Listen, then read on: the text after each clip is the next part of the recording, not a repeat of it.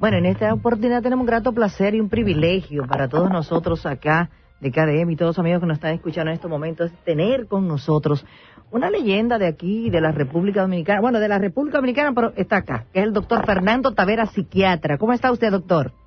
Muy bien, gracias María por tu oportunidad de comunicarme con nuestra comunidad. Es un honor para nosotros, doctor Breve. Le vamos a hablar sobre cómo determinamos, doctor, directamente cuando una persona tiene una depresión y qué debemos hacer lo que estamos en su entorno. Bueno, la depresión, que es una enfermedad muy compleja, que interviene en todas las áreas del individuo, pero básicamente la socialización se nota cambiada. La persona comienza a ponerse muy irritable con las demás.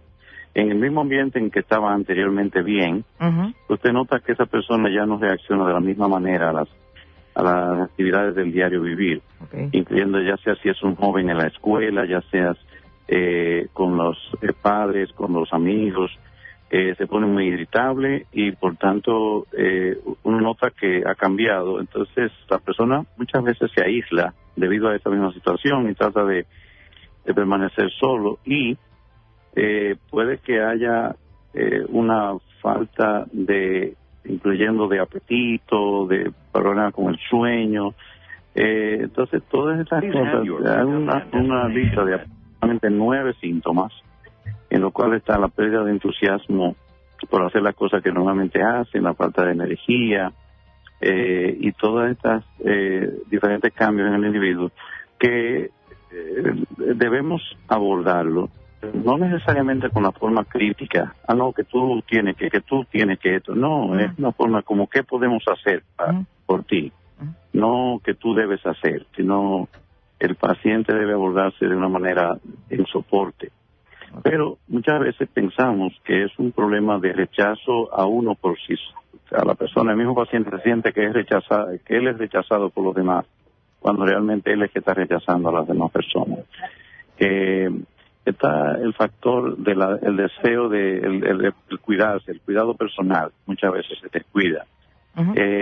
También puede ser que incrementen los usos de sustancias, posiblemente la persona con el objetivo de automedicarse, pues puede que incremente el uso de alcohol o sustancias que anteriormente no lo estaba haciendo, como una especie de escape a la situación.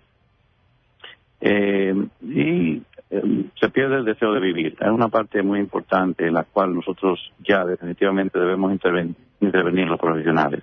Cuando la persona pierde el deseo de vivir, ya es algo muy serio. En la población joven, el suicidio es la tercera causa de muerte, algo muy serio.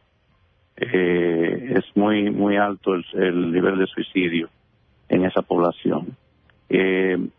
Pues obviamente la depresión, combinada con otros factores, puede también deteriorar la salud general del paciente. Pero el paciente que está deprimido posiblemente no se tome las medicinas normalmente de otras enfermedades como la diabetes, la hipertensión, el asma. Entonces, por tanto, se descuidan las otras áreas del cuidado médico del paciente. Como te digo, es una enfermedad muy contaminante y debemos intervenir. Y doctor, la forma de intervención usualmente es preguntar al paciente cómo te sientes y qué podemos hacer para ayudarte. Y si notamos que el paciente comienza a rechazar y a evitar la intervención familiar o de amigos, pues entonces el profesional es la persona más indicada para intervenir. Doctor Fernando, el señor Damián Taveras, Damián Rodríguez tiene una pregunta para usted. En los latinos, ¿qué tan alto es la tasa de depresión en los latinos, ya que a veces somos muy dejados a no acudir al médico a tiempo? Perdón, hay una parte que no entendí muy bien. Perdón. Yo le pregunto que me dice de nuevo, perdón. Que en los latinos, ¿qué tan alto es la tasa de depresión, ya que a veces no acudimos mucho al médico? Bueno, en la población que va a las consultas médicas, está entre 30 y 40% de los pacientes que van a una consulta médica general tienen la oportunidad de estar deprimidos. En la población general anda por los entre 4, 7 a 10% de la población general. Pero en la población que atiende a las consultas médicas, anda por los 30 a 40%. Quiere decir que la depresión está hablando de particular. Hay dos tipos de depresión, la depresión unipolar y la depresión bipolar, que también tiene otras características de la depresión general, la depresión unipolar, pero también es parte de la depresión. ¿Cómo se diagnostica la depresión, doctor Taveras, específicamente? Porque a veces podemos decir, está triste, está callada, pero realmente, ¿cómo logramos saber, si no acudimos al médico, que estoy deprimida realmente? La persona, como dije anteriormente, pierde el entusiasmo para cosas que anteriormente sí tenía entusiasmo. La persona se descuida emocionalmente, físicamente de sus actividades normales, si es para la escuela, si es para el trabajo, como dije, todo esto debe estar ocurriendo por lo menos por más de 15 días para uno poder decir que ya está instaurado el cuadro de depresión. Entonces, son aproximadamente 5 de los 9 de síntomas que está incluido la culpa, sentimiento de culpa, el sentimiento de irritabilidad por cosas sencillas, problemas con el sueño, el apetito, el cuidado personal, encima de todo está el deseo de seguir adelante, el deseo de vivir, la falta de entusiasmo en general. El paciente debemos abordarlo. Si tenemos varios síntomas ya a mano, pues debemos intervenir. No vamos a diagnosticarlo nosotros, sino vamos a esperar que el doctor nos lo diga, pero muy comúnmente los doctores generales pueden identificar los factores y confirmarlo con el psiquiatra. Hay una pregunta importante, doctor. Después que ya asistimos y que reconocemos prácticamente que estamos deprimidos, ¿en qué proceso, después de empezar los tratamientos del lugar, que ahora la ciencia está muy avanzada, Luis y Eri, la ciencia no es como antes. Totalmente. La ciencia uno dice, me siento deprimido, no voy al médico, pero ya la gente está acudiendo con más frecuencia, tanto con la depresión como en la parte que tiene que ver cualquier síntoma. Ya el psicólogo y psiquiatra no es para personas locas, más con este estrés que vivimos. Claro. ¿En qué momento podemos determinar cuándo ya no está haciendo efecto las pastillas, los medicamentos que ustedes no están? Normalmente nosotros hacemos diagnóstico en una oficina médica y en ese momento se determina si la seriedad amerita el uso de medicamentos. Usualmente tratamos de hacer la intervención psicoterapéutica, quiero decir, el doctor lo refiere a un psicoterapeuta o él mismo le puede administrar la terapia, pero en mayor cantidad de casos, porque usualmente los pacientes ya llegan con los suficientes síntomas a nosotros. Nosotros empezamos usualmente con un tipo de medicamento que es el más usado, que tiene que ver con lo que le llamamos las inhibidores de la recaptación de serotonina. Este es el más reconocido tratamiento hoy día. Y es medicamentoso. Usualmente el mayor temor a este tipo de tratamiento es el que pensamos sobre los efectos secundarios. Y podríamos decir que hoy día los medicamentos que están disponibles tienen una limitada, vamos a decir, es bastante controlado el asunto de los efectos secundarios. Y podríamos decir que los tratamientos son bastante seguros hoy día. En el pasado, este tipo de medicamentos les teníamos mucho temor, porque si la persona que está deprimida decidiera usar los mismos medicamentos para cometer suicidio, pues era algo que le teníamos temor, que los pacientes utilizaran el mismo medicamento para cometer suicidio. Gracias a Dios, los medicamentos que existen hoy día, la persona muy probablemente no podrá cometer suicidio porque no son tan intoxicantes. Hoy día los hacen de una manera muy avanzada, como tú señalabas, Aridia. La medicina ha avanzado mucho hoy. Por tanto, se le puede tener menos temor.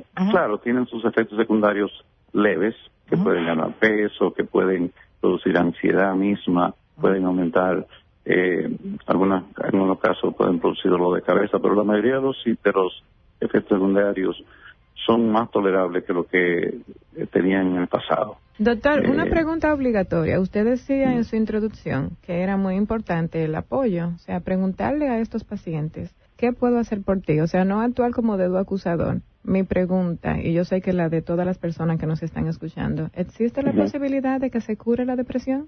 El curarla, si es un síndrome realmente instalado, en el cual, que no es una depresión que ocurre temporaria, como es la depresión que ocurre en los casos en los que hay, por una razón, un conflicto serio, una muerte cercana, un divorcio, algo, que es una depresión que está muy identificada al conflicto, muy llegada al conflicto.